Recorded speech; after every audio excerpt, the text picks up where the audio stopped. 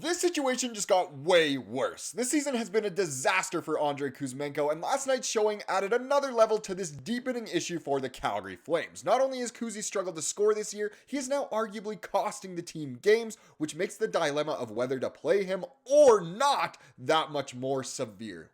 What should the Flames do? We're going to get into all that and more in this video, but first I want to welcome you to Flames Digest. I'm Mark Griffith. If you're new around here and you love the Flames, make sure you subscribe so you can stay up to date on all the latest news, updates, reports, and rumors revolving around your Calgary Flames. We would love to welcome you to the Flames Digest family. And we're going to talk a lot about Kuzmenko because he is the man of the hour in this video.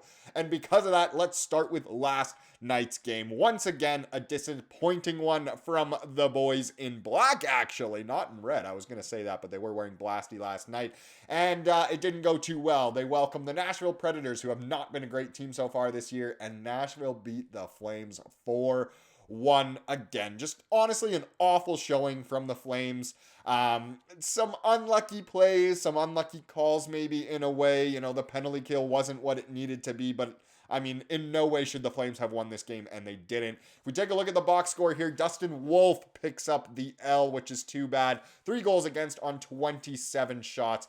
Did make 24 saves, but that is a sub-900 save percentage at 889 and a 316 goals against average. Not what you want to see, which is just way too bad. And then the only men who got on the score sheet were a couple of Swedes. Michael Backlund got the goal. Rasmus Andersson got the assist. So again, I mean, when the box score only shows that many players, you know your team did not have a good game. And it honestly wasn't. And it brings up the most factual meme I'm ever going to show on this channel. But it's this, the illusion of free choice for the Flames. One way is trying to tank, one way is making the playoffs. No matter which way the Flames try to go, they just always seem to end up at the eternal mediocrity and the 16th overall pick. If the mushy middle were, needed a mayor, I think the Flames would easily win that election, as that is where they are most comfortable and the most powerful. And man, it really does suck that our team just seems to always want to be in there, and it is too bad. Just when you thought the Flames were playing really well in December, looked like they'd be able to make the playoffs, Kadri and Huberdeau playing so well, now they've lost quite a few games in the new year, at least since the holiday break ended, and it just isn't going well at all. And no matter what, it looks like we're almost destined for the 16th overall pick. At least this year, if we finish in the mushy middle, we don't even get to keep our pick, so we won't have that pick anyway. But still, it really does suck. And what sucks even more is the Kuzmenko situation going on right now. Now, justifiably, a lot of Flames fans are quite upset with him after what happened last night. So this is an article from the Hockey News written by Steve McFarland, and I mean, the headline and the sub-headline might be a little bit harsh here, but I mean, there is obviously some truth to it. So, costly errors spoil promising return for down-on-his-luck Flames forward. Andrei Kuzmenko watches from box as Predators score twice on Calgary Flames after his mistakes, including a mind-blowing stick infraction. And again, hockey is a team sport. Even when you take penalties, you hope your penalty killers are able to kill the penalties.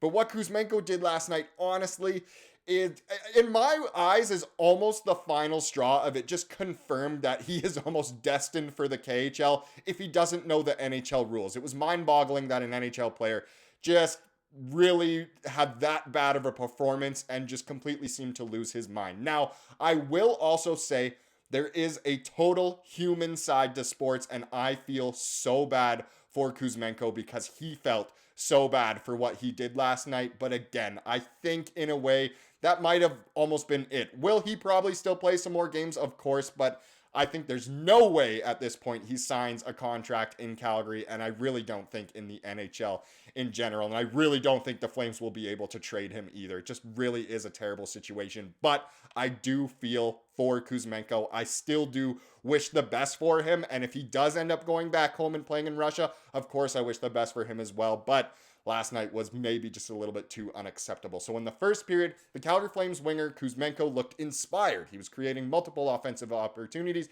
after sitting out the previous game again as a healthy scratch.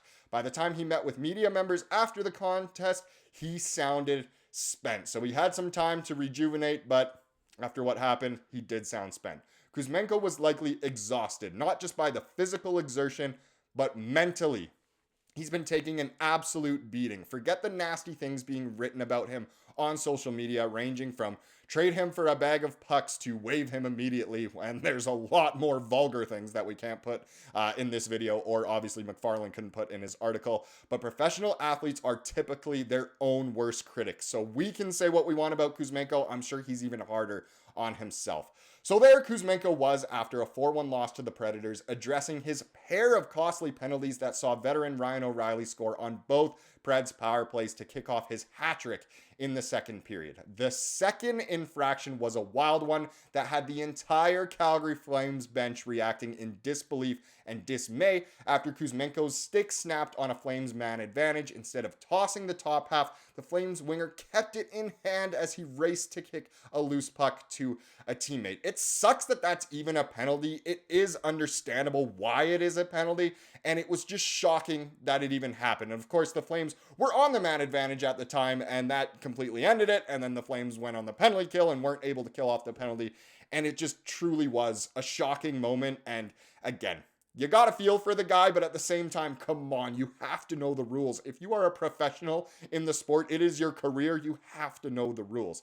A stupid moment, right? A frequently sighing Kuzmenko told reporters after the loss. I have a mistake about penalty. Okay, next time I understand this rule.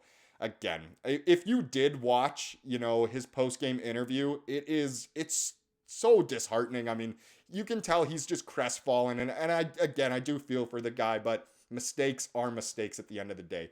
Kuzmenko went on to say he only learned the specifics about the rule on Saturday, but Flames head coach Ryan Huska said a little earlier than Kuzmenko's chat that his player had to have known better. I'm sure he knows the rule, Huska said, noting the costly pair of offensive zone penalties. He's played in the NHL for a few years now, so you can tell Huska is not a fan of Kuzmenko at this point. I think if it's up to him, he'd be a healthy scratch permanently, but wow, it's honestly, it's shocking. I couldn't believe it when it happened, and just everything that's happened since, the collateral of the one or maybe two stupid penalties has just been insane. But he did mention a necessary effort to get in the best shape of his life. So at least he's also speaking optimistically.